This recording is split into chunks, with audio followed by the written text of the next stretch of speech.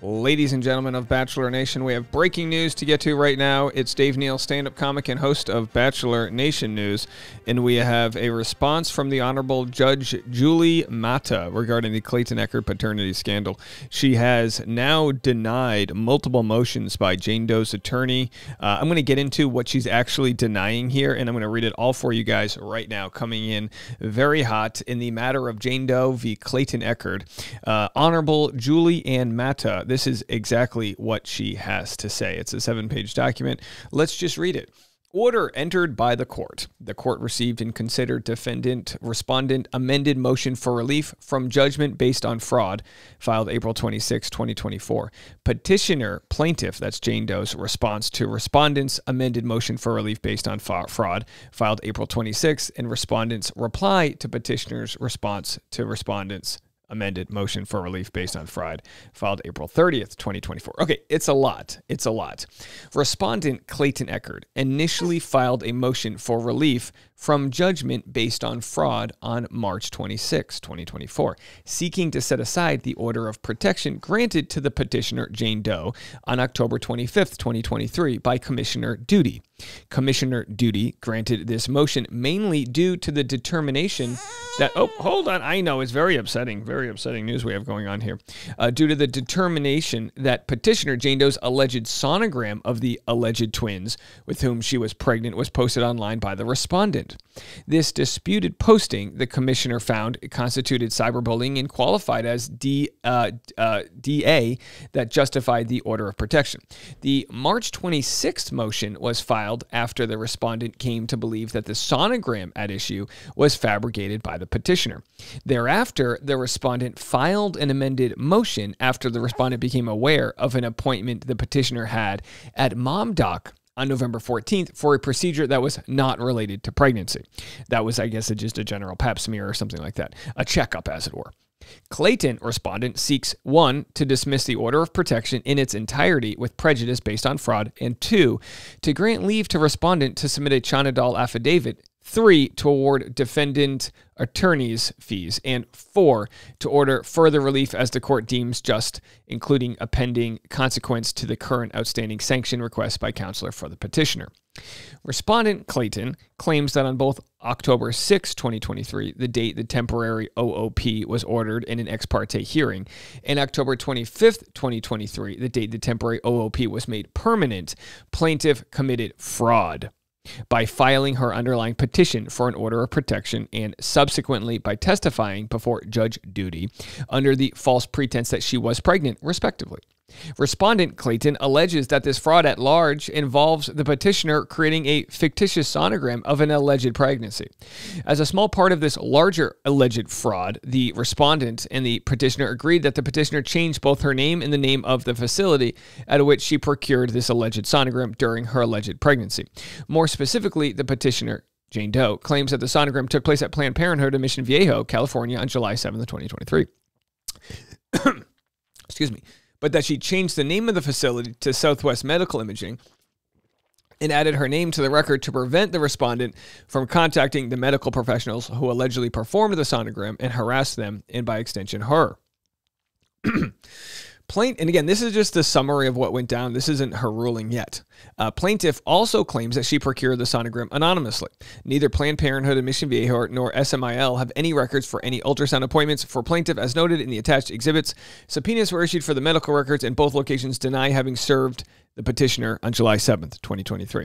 Respondent Clayton asserts that plaintiff committed extrinsic fraud upon the court in procuring the OOP, as evidenced by the plaintiff's testification that she had a miscarriage in September before she filed for an order of protection, while representing herself as pregnant with defendant's twins in the ex parte filing, which occurred in October. Respondent separately asserts that plaintiff committed both intrinsic and extrinsic fraud when, 1, plaintiff testified that she sent both a member of the media, oh, I think that's me, and the defendant a photo of the sonogram, but that only the defendant could have posted the copy of the sonogram. Plaintiff testified that the sonogram had not yet been published online when she alleged that the defendant published an image of the sonogram. However, she had already published the sonogram online through a publicly accessible Dropbox. And 3, plaintiff testified that she sent defendant the ultrasound photo and ultrasound video when no ultrasound records exist. At large, the petitioner disputes that Commissioner Duty granted the OOP because of the sonogram. Rather, the petitioner asserts that the OOP was granted because of a combination of alleged text messages that were sent by the respondent to the petitioner that were threatening and the sonogram. The petitioner asserts that arguendo, even if the sonogram were not at issue, the alleged action of the petitioner sending threatening text messages was sufficient on its own to justify the OOP. I think they have it wrong. It's not the... Oh, I guess in that case... I think they have that wrong. I think that the petitioner was Jane Doe. Whatever, either way. I know it's confusing even for the judges here.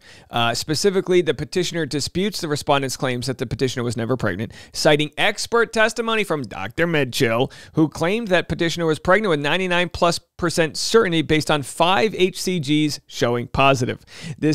I don't care how many HCG tests you get. It ain't an ultrasound, baby.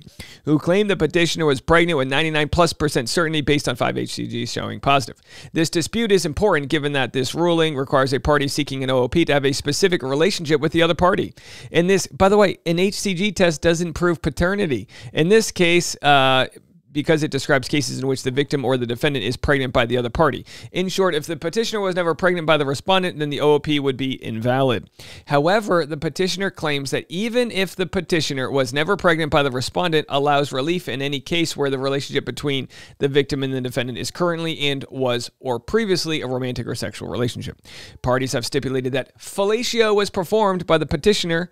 I guess the petitioner is Clayton here, on the respondent twice. No, excuse me. Performed by the petitioner, Jane Doe. Oh my gosh, my brain. Sorry, my poor child is like, what's a fellatio? I'll tell you, it ain't how you got here, kid. It's lack of fellatio that got you. The petitioner also notes that respondent's expert's testimony narrowly defined pregnancy as requiring a pregnancy diagnosed by ultrasonographic visualization of one or more gestational sacs. The petitioner also asserts that while the petitioner did change the sonogram in terms of adding her name and altering the name of the facility, the substance of the sonogram is true. Respondent brings up for the first time medical records from 2016, in which John Chung Kale Chan, MD, diagnosed Laura Jane with real ovarian cancer, not something that just may be there. And again, this is all information we have proven with a forensic computer expert that these were all fabricated. The same is true for Rebecca Yee, MD's records, who said yesterday, August 30th, 2016, you received ovary removal surgery of your right ovary as well as a surgical abortion.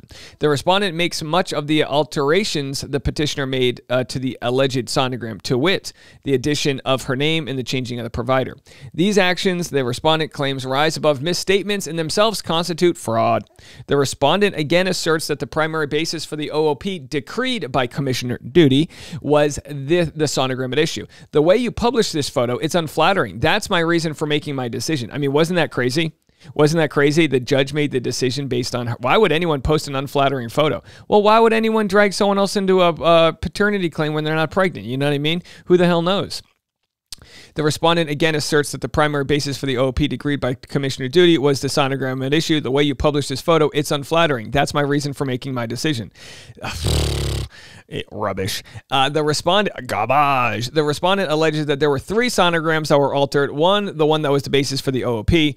2, the one that is dated September 5th, 2023, that the petitioner now claims was faked by one of her prior alleged victims and was sent by the petitioner to both the respondent and one Steve Carbone, Reality Steve, Spoiler King. This one was identical to a publicly accessible video that was online from years ago. And 3, the one that was sent from the petitioner's email on October 12th, 2023, that was sent to the media with her commentary. Hey, I'm the media. Excuse me. I'm the media. How come they don't include my name? You're going to include Big Bad Steve Carbone, Real Steve, Mr. Breadstick King, and you're not going to include his Robin. I'm the Robin to Reality Steve's Batman, okay? I wear the tights over here. The respondent also asserts that the petitioner, it's like that ambiguously gay duo sketch, couldn't make that in today's world. The respondent also asserts that the petitioner and her counsel are acting contrary to court order by posting their filings online on X, formerly known as Twitter. The respondent also asserts that the expert testimony referred to by the petitioner is not credible, given the petitioner did not disclose the medical records from 2016 referred to above to her expert, which may have affected his statements about the likelihood of a pregnancy based on HCG pregnancy test. Respondent repeats his request for a setting aside of the OOP and attorney's fees. Yeah, that's what's the interesting part here is that she's going to claim now that she was 99+% pregnant because she has an expert who said that, even though the expert didn't even show the part where she faked having cancer, a claim she now continues to deny, even though I think it's safe to say the experts say those messages came from her. The court received and considered petitioner's emergency motion to strike and request for immediate telephonic scheduling conference filed on April 30th, 2024. Respondent's objection to petitioner's emergency motion to strike and request for immediate scheduling conference filed on May 2nd, and respondent's reply in support of emergency motion to strike and request for immediate telephonic scheduling conference filed on May 3rd, 2024. The petitioner filed this motion largely on the basis that the respondent's reply in the amended motion for relief raised new matters rather than only responding to matters raised in the response. Specifically, the petitioner notes that for the first time, the respondent brought up the 2016 medical records of the petitioner for the first time in the reply, thereby raising a new issue. The respondent alleges that the petitioner concealed information from her medical expert related to the 2016 medical records. 3, the respondent alleges that the petitioner fabricated 3 ultrasounds. Additionally, the petitioner filed this motion asking for an immediate telephonic scheduling conference to discuss whether or not the respondent will be permitted to call several untimely disclosed witnesses. Respondent asserts that the petitioner's motion to strike did not conform to Rule 29 and that the disclosed material was timely. The medical records were properly disclosed to the petitioner in a timely manner.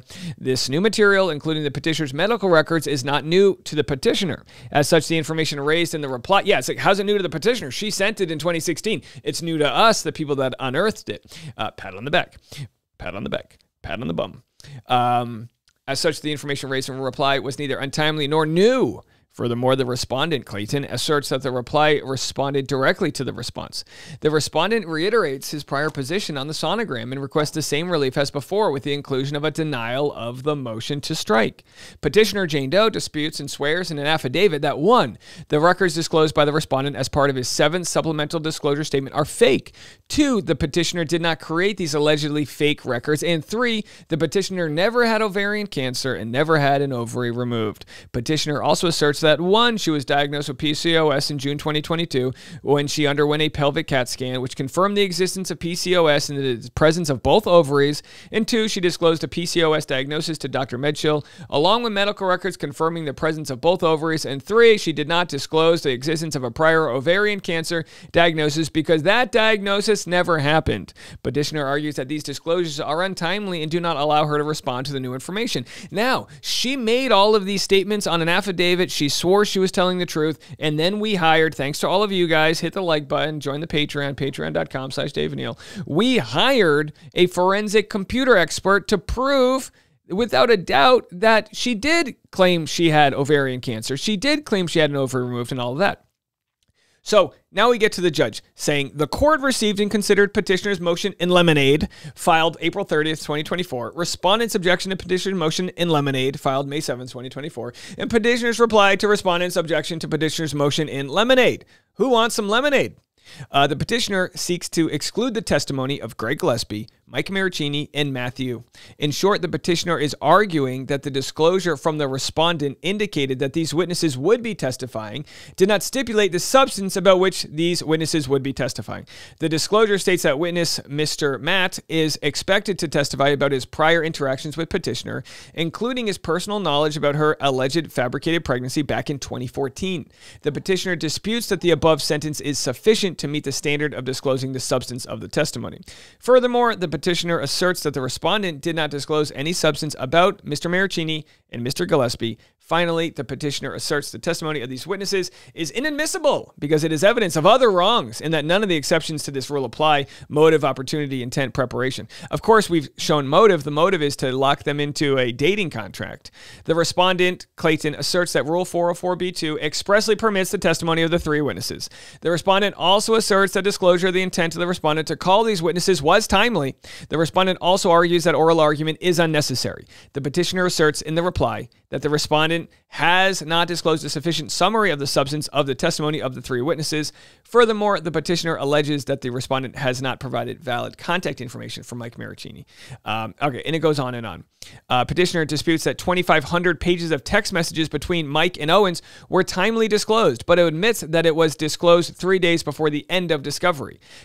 So, before the end of discovery. That's why they call it the end of discovery. You discovered it. You got it. Now go to your job. Now, I don't think these are 2,500 pages of text messages. I think these are pages with the metadata behind the text messages. So it's not like it's 2,500. It's not like it's a giant Bible full of text messages. It's the metadata that connects these text messages to her. It's called evidence. Look it up. Petitioner wants, you should try it sometime. Petitioner wants to exclude expert testimony from one John Berryhill connected to these text messages since the evidence was allegedly not timely disclosed. The petitioner asserts that the text messages have not been independently verified, but does not deny their legitimacy. The petitioner appends court history of case involving Mr. Maricini.